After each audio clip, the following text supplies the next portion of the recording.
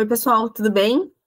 É uma alegria, uma grande satisfação estar aqui com vocês hoje. Falar sobre finanças, para mim, é algo muito prazeroso. De alguma forma, cumprir o meu propósito de vida, poder ajudar as pessoas a entenderem um pouco mais sobre o dinheiro, como lidar com as suas finanças, como ser mais feliz através do dinheiro. E o meu convite para vocês hoje é que a gente possa enxergar as finanças de uma forma um pouco mais leve, e eu estou aqui justamente para ajudar nessa jornada. E vamos lá, né? Eu criei esse método, né? Eu desenvolvi esse método, como eu já comentei em alguns momentos, através da minha experiência, através daquilo que eu já vivi. Tá? Então, eu me encontrava numa situação que eu até ganhava bem, pagava tudo em dia, né? Aparentemente sem problemas, mas o dinheiro não sobrava. Eu não conseguia ter a liberdade que eu queria, a liberdade que eu tanto trabalhava para ter, porque eu não conseguia ter uma boa reserva, porque eu não conseguia ter a liberdade e autonomia de tomar decisões independentemente do dinheiro. Sabe aquela sensação de que tu, de alguma forma, acaba sendo um pouco escravo do dinheiro? Era mais ou menos essa sensação que eu tinha. E aí, com isso, eu entendi que o problema não era quanto eu ganhava. Eu não precisava necessariamente... Claro que todo mundo quer ganhar mais, né? Mas eu não precisava necessariamente ganhar mais. Eu precisava me relacionar melhor com o meu dinheiro. E eu adoro essa expressão de relacionar-se com o dinheiro, porque no relacionamento existe uma responsabilidade, existe uma gestão das emoções. E o dinheiro nada mais é do que uma gestão das emoções. Vocês já me viram falar, talvez em outros momentos, né? Que o dinheiro, na verdade, ele é uma decisão. Onde é que tu quer colocar a tua energia? O que é prioridade? O que é essencial? O que a gente vai fazer hoje é basicamente o primeiro passo para uma organização financeira. Tá? Renê, mas eu não gosto de fazer planilha, eu não gosto de fazer... Então, eu tenho uma péssima notícia para te dar. Porque não existe como gerenciar nada, né? Aqui eu nem estou falando do dinheiro, não existe como tu gerenciar nada se tu não tiver dados. E o que a gente vai fazer nada mais é do que isso. Pegar todas as tuas finanças e colocar elas em dados. Tem uma expressão que diz, né, que uma pessoa sem dados é só uma pessoa com opinião. Então, aquela história, eu escuto diversas vezes, né? Não, mas eu sei qual é o problema. Não, mas eu sei onde é que está indo. Não, mas é que eu sei. Eu não preciso fazer uma planilha, porque eu sei. Não. Se eu te perguntar quanto tu ganha, e eu não estou falando do bruto, estou falando do líquido, e tu não me responder em 2 segundos, tu não sabe exatamente quanto tu ganha. Se eu fizer a mesma pergunta, qual é o teu custo de vida?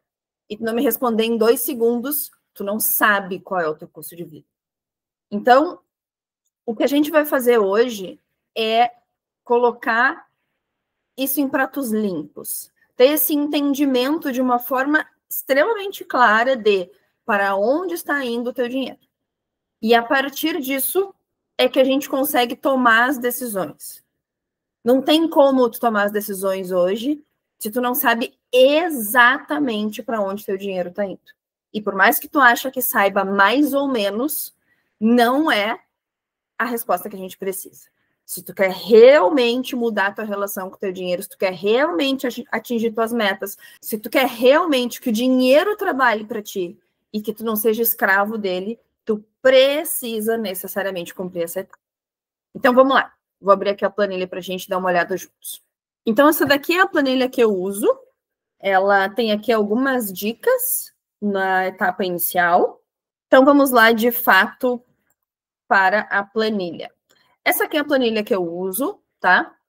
Algumas pessoas me perguntam o que eu prefiro utilizar, né? Se é um aplicativo, um software, uma planilha. Eu gosto de começar com a planilha. Por isso que eu estou apresentando ela para vocês, tá? porque eu acho que a planilha ela fica mais fácil da gente ter um real entendimento, é algo mais simples para a gente começar a organizar. Depois, quando as coisas estão organizadas, quando eu sei meu custo de vida, quando meu custo de vida está adequado, e eu vou muito mais fazer o monitoramento, daí sim, fica mais fácil da gente ir para um aplicativo, para um software, enfim, aí tem diversas opções, mas para início, eu prefiro o velho e bom Excel, tá? Por isso que eu estou explicando para vocês no Excel. E tem 2 formatos na mentoria que eu trabalho, tá? Ou através do fluxo de despesa, ou através de uma visão gerencial, tá? Eu vou explicar para vocês hoje aqui essa visão mais gerencial, porque eu acho que ela é um pouco mais simples de entender e de monitorar, tá? Mas a gente pode fazer nos 2 formatos. Normalmente, o fluxo de despesa, ele é aplicado quando a pessoa está com muitas saídas, tá? Então, eventualmente, usa muitos cartões de crédito, ou não usa cartão de crédito, acaba usando muito Pix, tem 2 pessoas que utilizam a mesma conta. Então, quando tem essa quantidade muito grande de saída, eu recomendo o fluxo de despesas, tá? Eu trouxe um exemplo para a gente trabalhar, um case, tá? E aí aqui notem que ele já está com alguns preenchimentos para facilitar a nossa vida aqui, para ser um pouco mais rápido, para a gente investir tempo naquilo que realmente importa mais, que é esse entendimento da planilha. Mas eu trouxe um case, então, da seguinte forma: uma pessoa que tem uma remuneração de mais ou menos 10 mil reais e tem as suas despesas muito semelhante àquilo que é a sua entrada, tá? Aquilo que é a sua receita, para que a gente tenha uma facilidade depois na explicação. Por que eu escolhi 10 mil reais? Para ficar mais fácil da gente trabalhar depois, lá na frente, com os percentuais de fixo, variável e recorrente, tá? Só para ficar mais claro e aí os percentuais ficarem mais gravados na cabeça de vocês. Mas poderia ser aqui qualquer situação.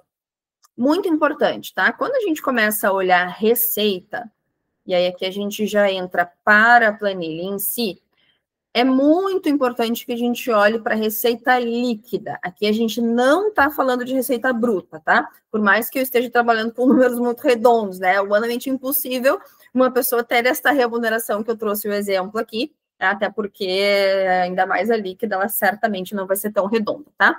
Mas eu, então, simulei uma pessoa que tem uma remuneração via CLT, tá? Com dois recebíveis aqui, né? Nada mais é do que a quinzena e o pagamento no final do mês. Eu coloquei na quinzena 6 mil e 4 mil na segunda quinzena, tá?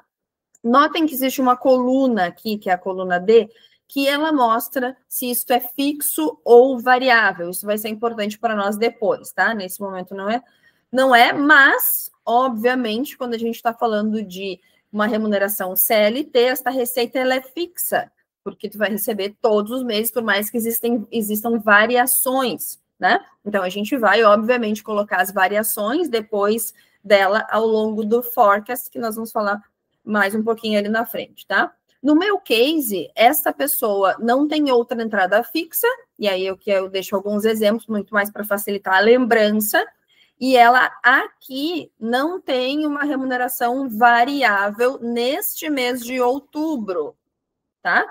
Depois ela vai ter, a gente vai simular algumas entradas variáveis ao longo dos meses de novembro e dezembro. Por isso que eu já deixei a minha colinha aqui em cinza, tá? Mas a gente está preenchendo o mês de outubro, que é o mês que fechou, né? Então é super importante isso, para que a gente olhe aquilo que efetivamente foi gasto depois do mês fechado.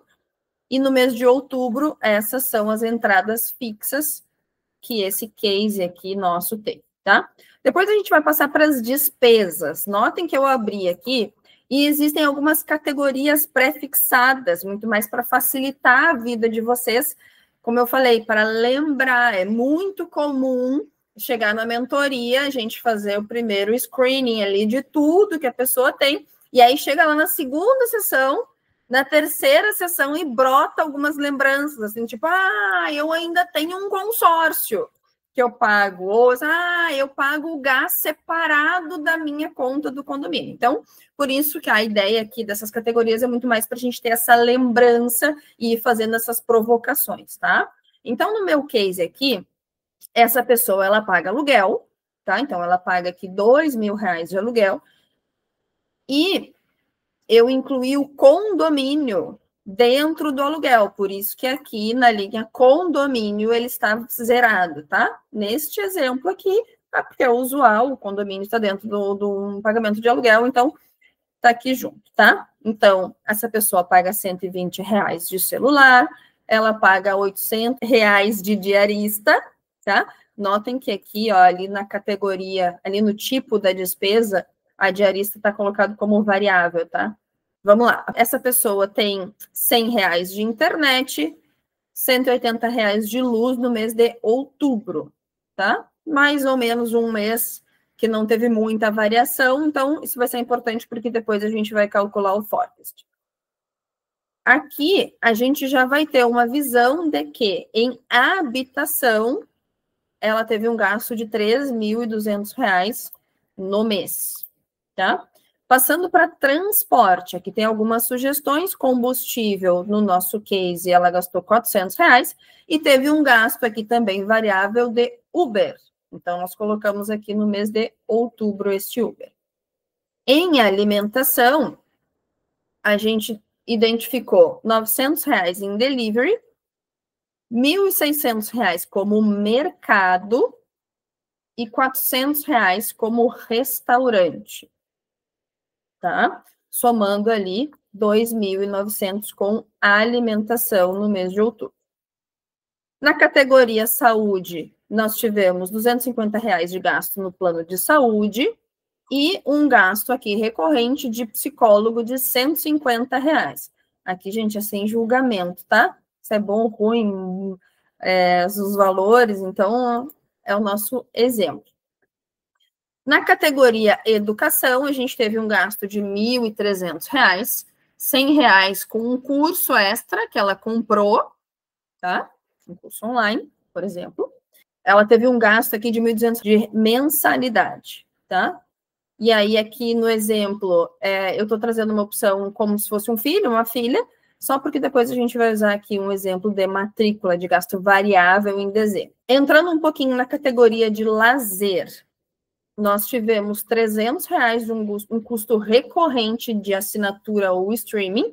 Aqui pode ter Netflix, pode ter Net, pode ter aqueles que a gente paga, o iCloud, né, espaço na nuvem, o que for, Spotify, qualquer gasto como assinatura ou streaming. Importante aqui, tá? Essas categorias, elas não são fixas. Então, se daqui a pouco faz mais sentido abrir, porque tem muitas assinaturas, por exemplo, a gente pode abrir e trocar essa outra categoria, por exemplo, por net. Talvez seja um custo alto, tá? E aí a gente coloca aqui embaixo. Por enquanto, a gente vai trabalhar com essas fixas aqui, mas vocês podem ficar super à vontade. Tá bem? E a gente teve um gasto aqui também de R$500 de uma viagem que foi feito no mês de outubro. Olhando para a categoria de compra, não teve compra nesse mês, tá? E esta pessoa, do meu exemplo, não tem pet. Então, não temos esses gastos aqui.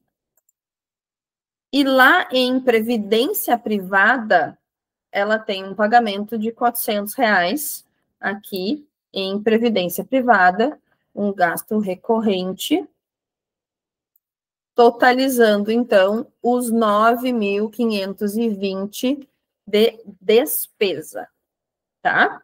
Então, se a gente abre aqui, a gente já começa a ter uma noção de que desses R$100 de receita, que foi que a gente colocou como entrada, né?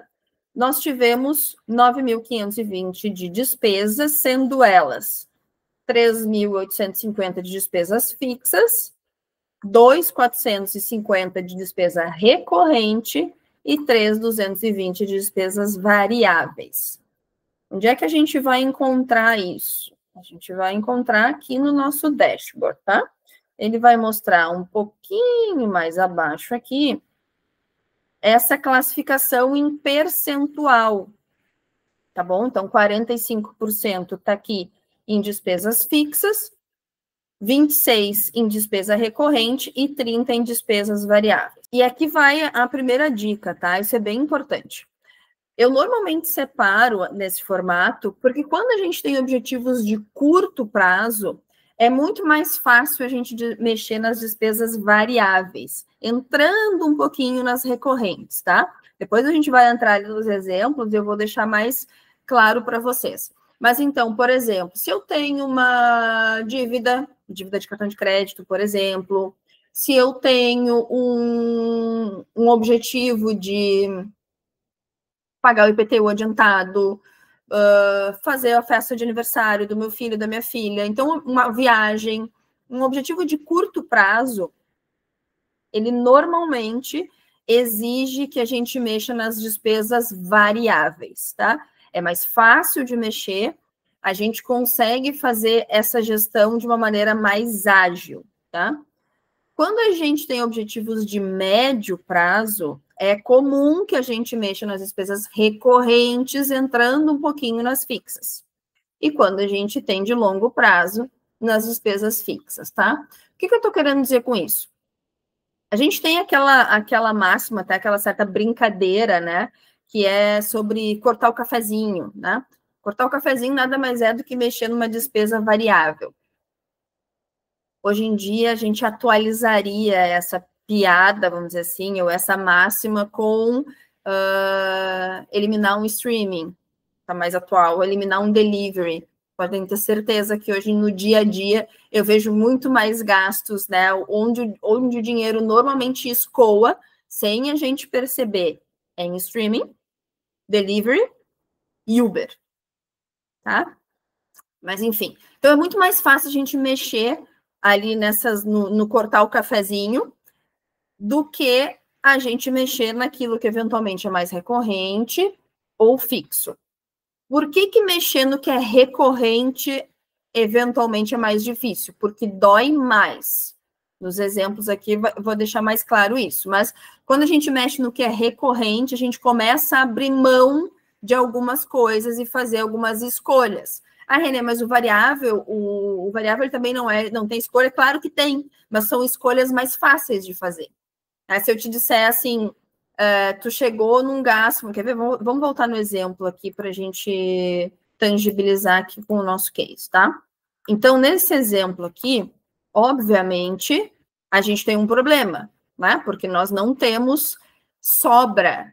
Por mais que a gente tenha aqui R$400 de previdência privada, a gente não tem sobra aqui. E aí, quando a gente olha, inclusive, aqui para investimentos, ó, notem que no meu exemplo está zerado aqui. Ok, é uma pessoa que não tem dívida, mas ela também não está investindo nada, e pelo que está sobrando aqui pelo saldo final, dá para ver que a sobra, e mesmo quando a gente olha aqui no nosso dashboard, né, ela é muito pequena.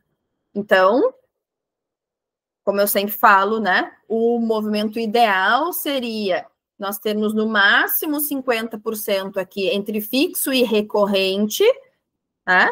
É a soma desses dois aqui, que está dando aqui bem mais que isso, só em fixo já tem 45%, é um número bem expressivo. Então, o ideal é que 50% esteja entre fixo e recorrente, 30% em variável e 20% de reserva. Então, aqui, obviamente, a gente tem um problema, porque a gente não tem esses 20% de reserva. Tá bom, então aonde que eu recomendaria que a gente mexesse? E aí é onde a gente vai olhar, deixa eu explodir tudo aqui para ficar mais fácil da gente ver, tá? Então, quando a gente olha, por exemplo, para variável, para fazer, se eu quiser tomar decisões de curto prazo, eu vou olhar para esses itens variáveis aqui, tá? Olhando para habitação, a gente está falando de diarista. Olhando para transporte, a gente está falando de Uber, como eu comentei, eventualmente até dá para mexer alguma coisa aqui em combustível, mas o ideal aqui é mexer alguma coisa em Uber. Variável aqui nós temos aqui é o mar para trabalhar, né? Então, notem aqui nesse exemplo, a gente tem quase 3.000 sobre 10. Então, a gente tem quase 30% em alimentação.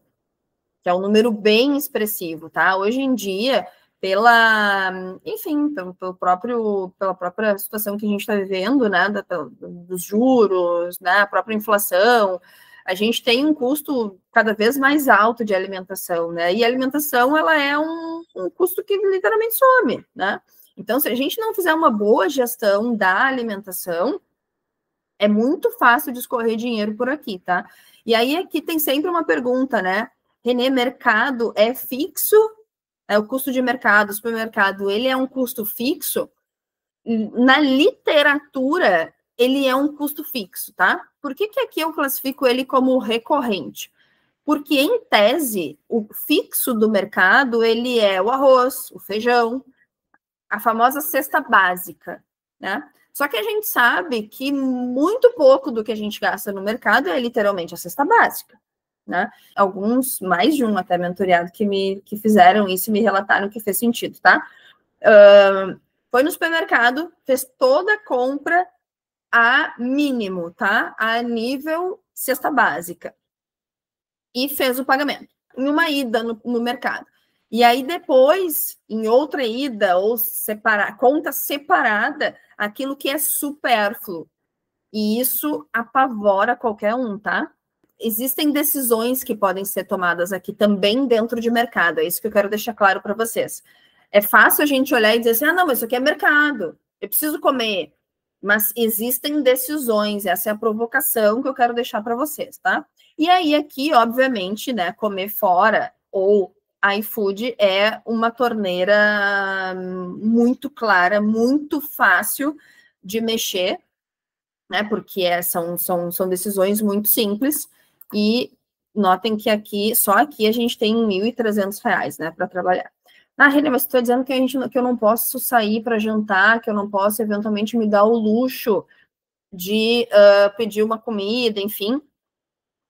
Aqui vai entrar aquela máxima das decisões, né? O que a gente está disposto a fazer, né? O que tu está disposto a fazer para atingir a tua independência financeira, para atingir a tua meta de curto, médio e longo prazo, né? Se eventualmente, assim, vamos lá, necessariamente eu preciso abrir mão de alguma coisa, esse case que eu estou trazendo aqui, necessariamente essa pessoa vai ter que abrir mão de alguma coisa se ela quiser atingir o seu objetivo financeiro. E, obviamente, se vocês estão aqui, né, nesta aula, é porque vocês têm esse objetivo e podem ter certeza que esse primeiro passo, que já é um percentual baixíssimo da população que tem, que é o passo da decisão de preciso, quero fazer, tá?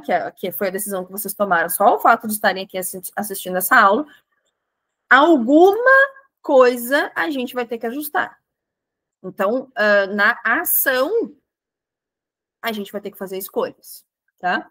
Bom, isto, a gente está dando esse exemplo aqui, mas em algum momento vocês vão chegar e dizer assim, cara, isso é inegociável para mim.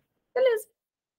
Eu vou, por exemplo, tá? Eu tenho um hábito com as minhas filhas que é toda sexta-feira, então a cada 15 dias, a gente come sushi, que é a comida preferida delas. A gente gosta de pedir sushi em casa, né? Nós sentamos e é o nosso jantar de sexta especial. Eu não vou abrir mão disso, mas eu posso abrir mão de outras coisas. Ou eu posso buscar lugares que eventualmente tenham um melhor custo-benefício. Aliás, aqui vai uma dica, que até foi o pai delas que me deu, que foi sensacional. O sushi preferido delas, ele tem desconto. Não me lembro se era 25%, era um desconto super, super importante, assim. Se tu pedisse ao meio-dia. Então, já aconteceu de eu estar em home office na sexta-feira, eu pedi o sushi ao meio-dia e a gente comeu à noite. Claro que aqui entra toda uma discussão, né? Não é a mesma coisa, enfim. Mas foi super legal, deu um super desconto. Fica a dica. Vamos em frente, então, tá? Então, nesse exemplo aqui, a gente vai trabalhar em algumas discussões importantes, tá? E aí, aqui nessa linha de opções e prioridades, né? Vamos lá. Vocês vão ver aqui que psicólogo, né? Nesse caso, né? Saúde mental nem tá como variável, ele tá como recorrente, né? Então, Talvez ele não entraria nem na primeira linha de tiro, foi isso que eu quis dizer, tá? Foi esse o ajuste aqui, mas aí são, né, opiniões. E quando a gente trabalha aqui, por exemplo, em lazer, é também onde tem uma área importante para trabalhar, e teria também aqui em compras, tá? Nesse exemplo aqui, eu até não coloquei, porque senão seria muito fácil de cortar. Então, por isso que eu não coloquei aqui, tá? Eu deixei justamente para que a gente, para provocar em vocês esse incômodo de cada escolha é uma renúncia, e aí aqui em compras, obviamente, ele fica um pouco mais fácil, né, de atuar. Tá bem? Vamos aqui trabalhar agora um modelinho que eu adoro, que é o de DRE, tá?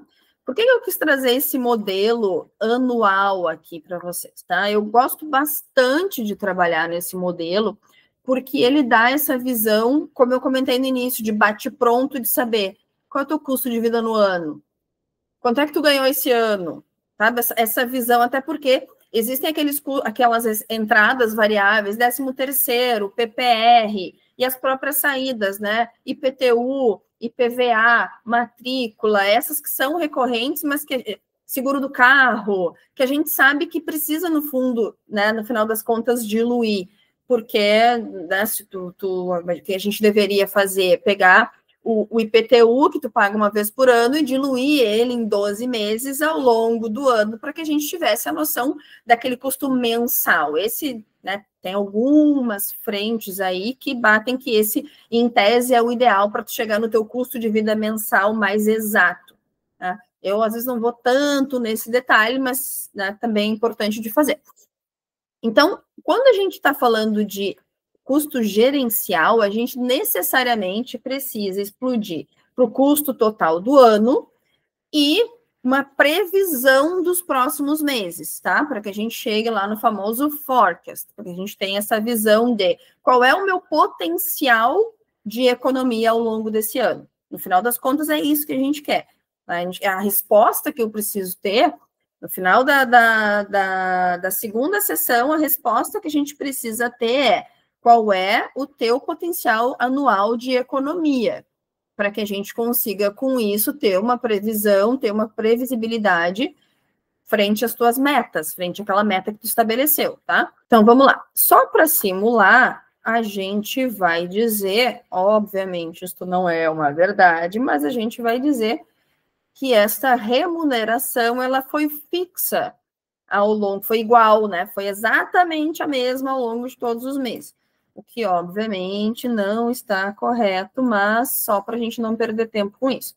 E, obviamente, também será nos próximos meses. Porém, a gente vai colocar aqui uma pimentinha dizendo que nós tivemos uma entrada aqui de R$ 5.000 de 13º no mês de novembro.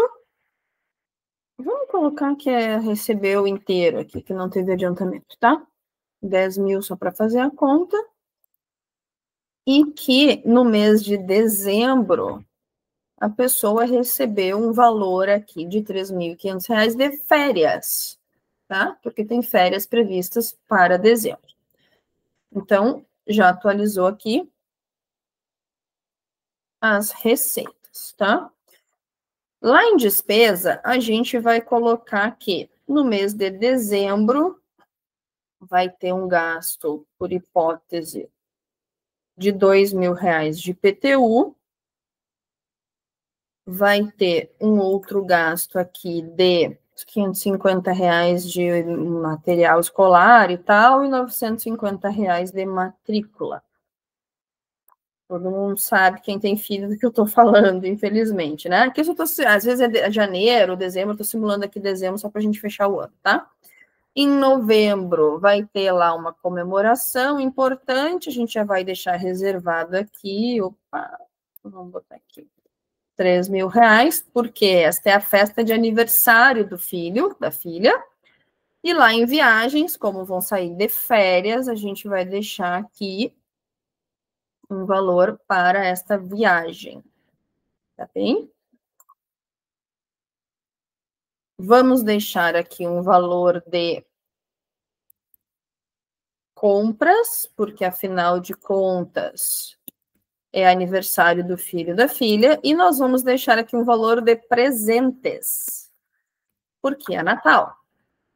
Então, a gente vai já deixar esta reserva. Então, vamos lá. Eu estou supondo, e aí que é bem importante, tá?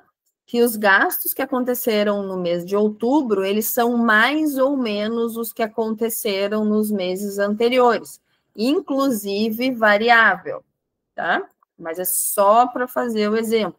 Por exemplo, tá? A minha diarista eu pago, apesar de ela ser fixa, eu pago ela à medida, né, dependendo da quantidade de dias na semana que ela vem, né? Dependendo da quantidade de dias. Então, existe uma variação ali, a cada 2, 3 meses o valor é maior, o valor é menor, tá? Então, é só uma simulação. E eu vou simular também, eu ter feito antes daquele variável ali, que teria facilitado a minha vida, né? Mas, vamos lá. Simular para frente. Então, tá certo. Vamos olhar aqui, transporte, a gente vai simular para trás e a gente vai simular para frente, tá? Eu estou fazendo esse exercício aqui justamente para trás e para frente, para vocês,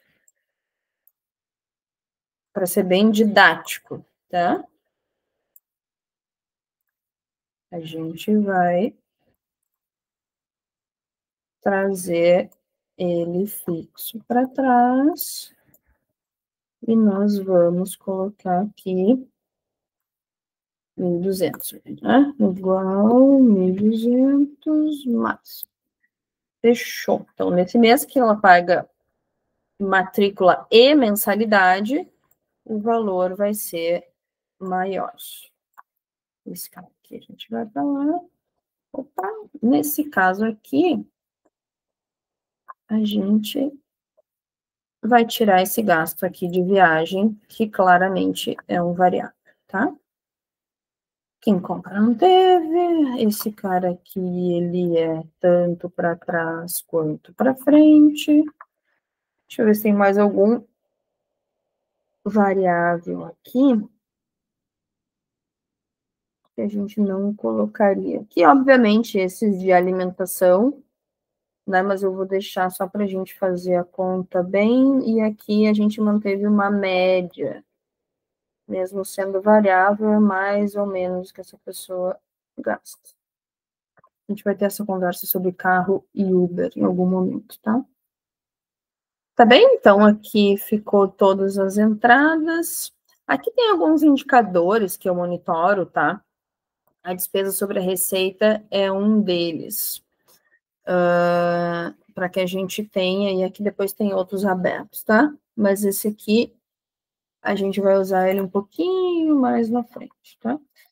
E aqui, como saldo inicial e final, a gente já tem uma noção de que, neste nosso exemplo, esta pessoa tem um potencial de economia anual de R$14.000, tá? Então, apesar da gente não ter alocado investimento, a gente já sabe que essa pessoa tem a capacidade, uma capacidade de investimento, uma capacidade de sobra de 14.000 ao longo do ano. Então, essa aqui é a visão que eu comentei com vocês, da gente ter o monitoramento, nesse caso aqui, janeiro a dezembro, tá?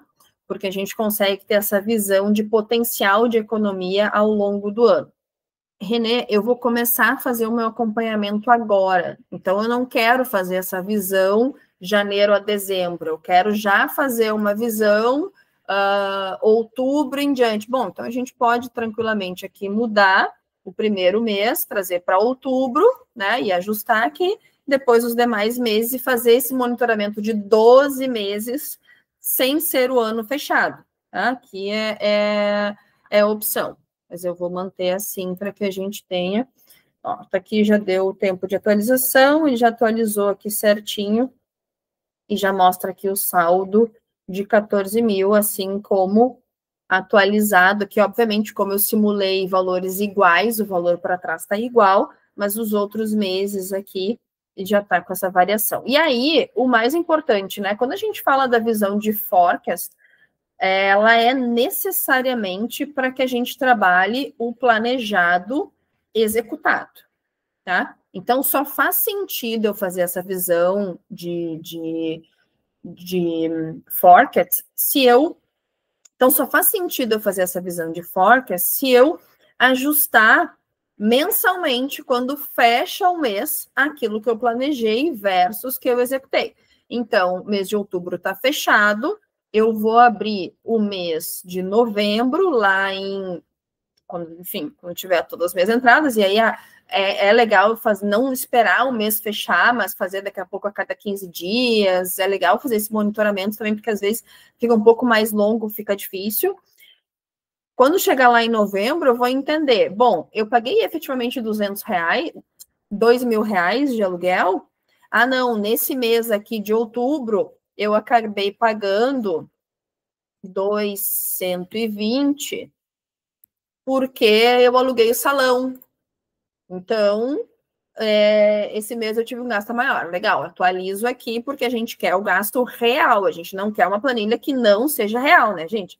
Pelo amor de Deus, a gente deu todo esse trabalho aqui, então a gente quer uma planilha que demonstre efetivamente, precisa bater. Quando a gente olha aqui o saldo final, ele precisa bater lá com o saldo da conta. Se não está batendo, a gente tem um problema. Essa conta tem que fechar, né? Aliás, por isso que eu amo matemática, porque a conta tem que fechar. Bom, eu nesse mês não paguei R$800 para diarista. E aí, por aí vai, tá? Então a gente vai olhar gasto por gasto. Aqui, bem importante, tá?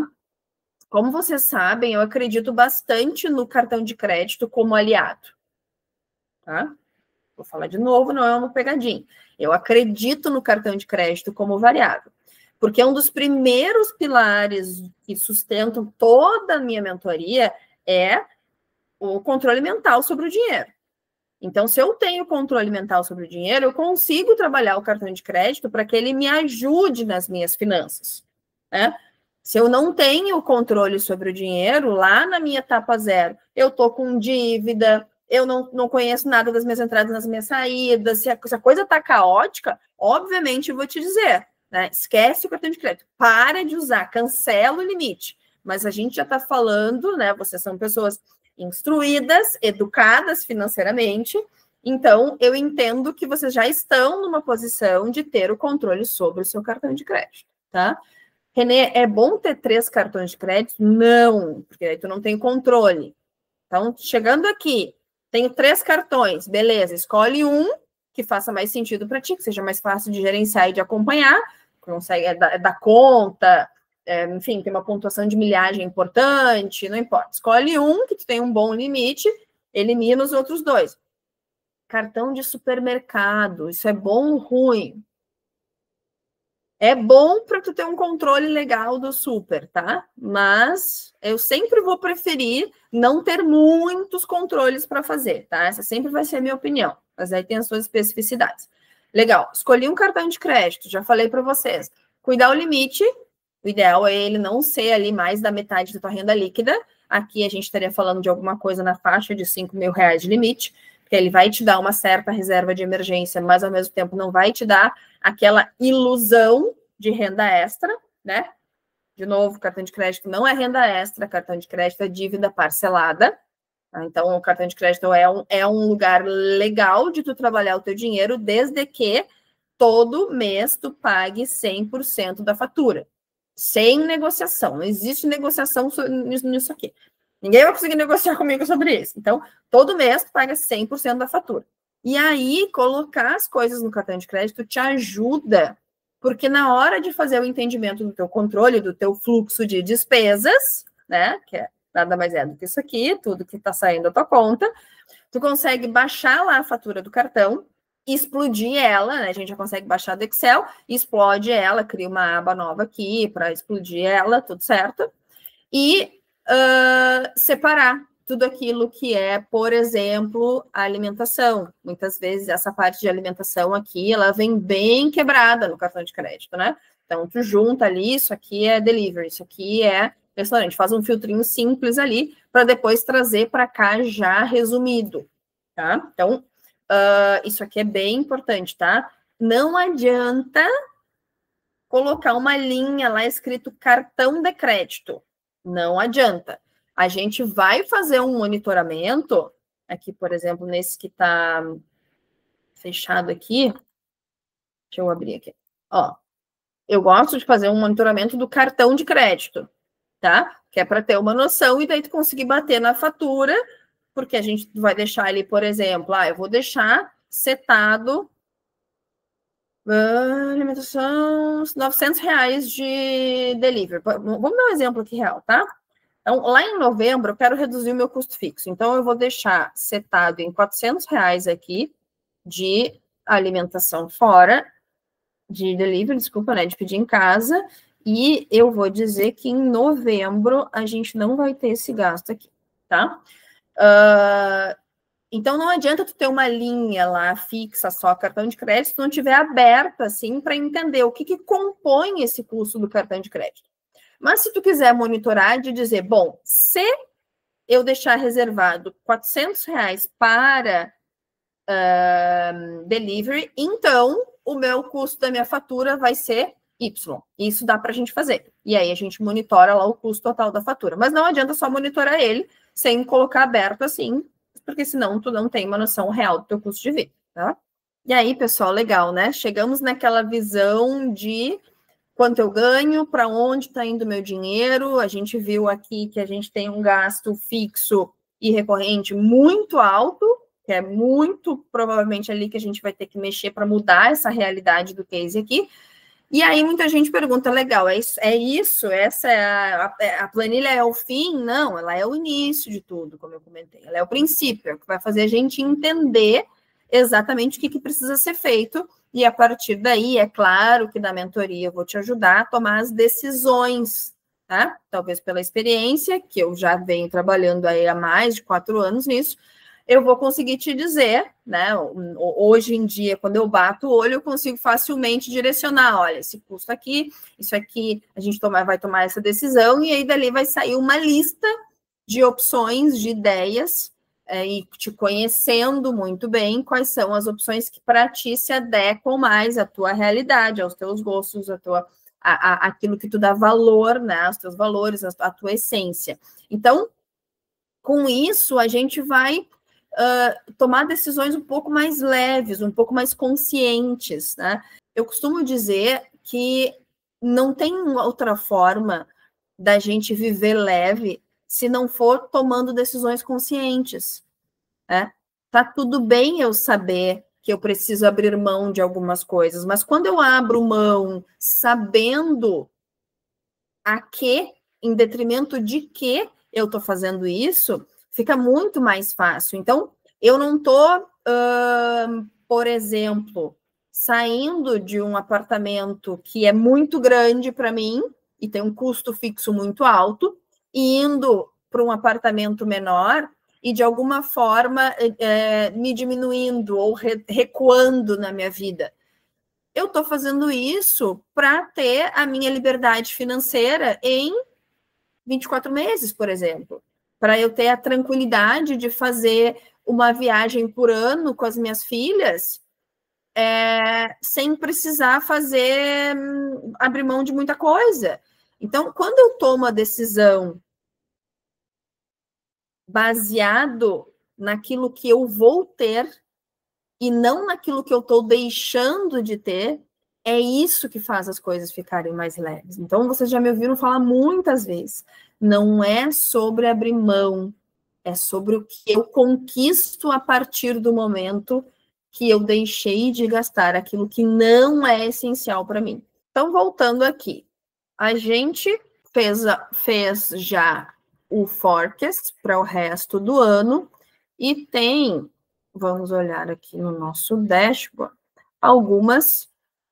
todos os nossos lançamentos e algumas decisões para tomar, tá? Nesse nosso exemplo, notem que a primeira coisa que eu comentei com vocês é que a gente tem uma composição de fixo e recorrente muito alta, uma relação muito alta de despesas fixas, tá? O que significa? Que por mais que a gente mexa aqui nesses 40%, Eu vou usar a base de novembro, que é na base de outubro, que é uma base fechada.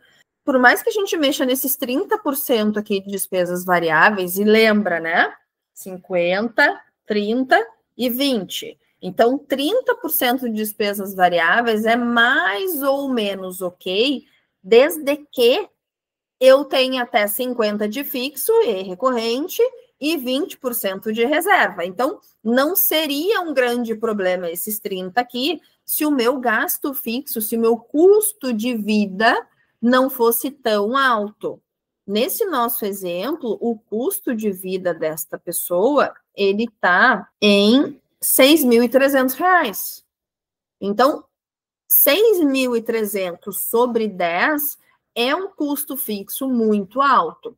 Significa que para tomar algumas ações mais imediatas, claramente, a gente não vai poder só mexer no variável. A gente vai ter que mexer nesse fixo aqui, tá? Então, aqui nesse exemplo, se a gente estiver falando de reduzir custo fixo, a gente vai ter que olhar para esses custos mais altos aqui, tá? A gente vai ter que olhar para custo de moradia. Quando a gente fala de custo fixo, isso é bem importante, tá? Custo fixo basicamente bate em moradia, em veículo, são essas coisas muito grandes, escola, tá? Saúde também, tá? Por fim, mais ou menos nessa ordem, tá? Mas se a gente quiser olhar para os recorrentes antes, tá? A gente nota, por exemplo, aqui, que 26% de recorrente é bem grande, tá? Então, eu sugeriria, nesse exemplo, a gente dar uma olhada antes para recorrente. Aqui tem uma visão das top 20 despesas, a gente consegue facilmente olhar para mercado, ó, mercado recorrente, tá? Combustível recorrente, assinatura e streaming. Então, nesse exemplo, eu recomendaria olhar para esses 3 itens como recorrente, tá? Então, eu tenho um objetivo de médio e longo prazo. Eu devo olhar para onde? Primeiro, recorrente. Segundo, o fixo. Olharia aqui para aluguel, olharia aqui para matrícula e mensalidade, só, por enquanto, tá? Aqui é onde eu principalmente olharia nos custos fixos, tá? E os variáveis, esses que são os primeiros, né? A primeira linha de tiro, para onde que a gente vai olhar? Olha aqui, delivery, tá? Diarista, importante. De novo, opções, tá? Restaurantes, aqui pegou viagem em função do mês de dezembro também, tá? Mas enfim, é um item importante também. E aqui depois, festas aqui, notem, tem aquele aniversário. Enê, mas é a festa do meu filho, é R$3.000, é o sonho dele. Ok, então vamos tirar de outro lugar. Fora isso, dá para fazer uma festa um pouco mais em conta, que seja tão boa quanto? De novo, decisões, o que é prioridade para mim é diferente do que é prioridade para você, certo? Então, pessoal, o que é bem importante da gente ter a clareza, tá? A partir do momento que a gente preenche essa planilha, tem um negócio que muda dentro da cabeça, tá? A gente ganha consciência de para onde o dinheiro está indo. E a gente ganha o entendimento de por onde eu tenho que começar. E na mentoria, tu vai entender exatamente qual é o teu custo de vida, qual é o teu custo ideal, porque isso é bem importante, dependendo de cada realidade, a gente tem um custo de vida ideal. Como é que a gente vai fazer para que tu chegue nesse custo de vida ideal? Como é que a gente vai trabalhar a tua reserva de emergência, né? Nesse caso aqui, a gente não teve espaço para reserva de emergência. Então, como é que a gente consegue garantir a tua reserva de emergência e aonde que tu precisa, inclusive, deixar investido, qual é o nível de liquidez e tudo mais. E, a partir daí, o teu potencial de investimento e como é que a gente vai fazer para alavancar o teu patrimônio. Porque, no final das contas, a gente quer que o dinheiro trabalhe para ti e não que tu trabalhe para o dinheiro. Para isso, a gente precisa de sobra. E essa sobra precisa estar a serviço da tua necessidade, das tuas metas. Então, a gente vai entender onde é que a gente vai aplicar o dinheiro, onde é que a gente vai, daqui a pouco, fazer a alavancagem para que a gente consiga maximizar o teu patrimônio. E esse é um processo que une técnica e conhecimento. Tá? É isso que a gente vai aplicar. Porque, no final das contas, as nossas decisões, elas são emocionais. Mas o dinheiro, ele é racional. E as nossas decisões sobre o dinheiro precisam ser racionais. E a gente só toma decisões racionais quando a gente tem este conhecimento a nosso favor. Tá bem? Pessoal, foi um grande prazer estar aqui com vocês. Eu espero que tenha ajudado de verdade. Se tu fez sentido para ti, se tu quiser compartilhar com outras pessoas que também acham interessante, o link está aqui. Compartilha. O meu objetivo, como propósito, é levar o conhecimento sobre a educação financeira para a maior quantidade de pessoas possível. Eu costumo brincar, né, que se a gente aprendesse sobre finanças lá no colégio, lá na faculdade, eu tive essa conversa várias vezes, né? Eu fiz engenharia civil, e não eu devo ter tido, assim, sei lá, umas 5 cadeiras de matemática, não, muito mais, só de cálculo acho que teve uns 5, mas muitas cadeiras de matemática, muitas de física, muitas de mecânica, muitas cadeiras que falam sobre números e nenhuma que fala sobre finanças. Sendo que, pasmem, a grande maioria dos engenheiros atua como autônomo, ou seja, precisa conhecer mais do que as finanças pessoa física, mas as finanças pessoa jurídica.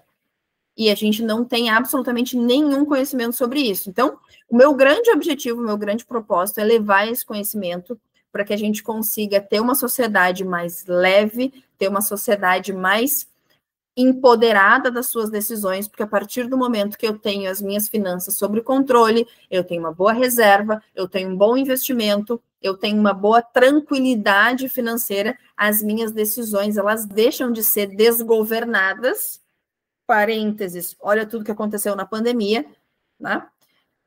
E passam a ser decisões conscientes, decisões com a autonomia que a gente espera. Gente, um grande beijo. Foi um prazer ter estado aqui com vocês e até mais. Tudo isso aqui que a gente viu, na verdade, é o primeiro passo.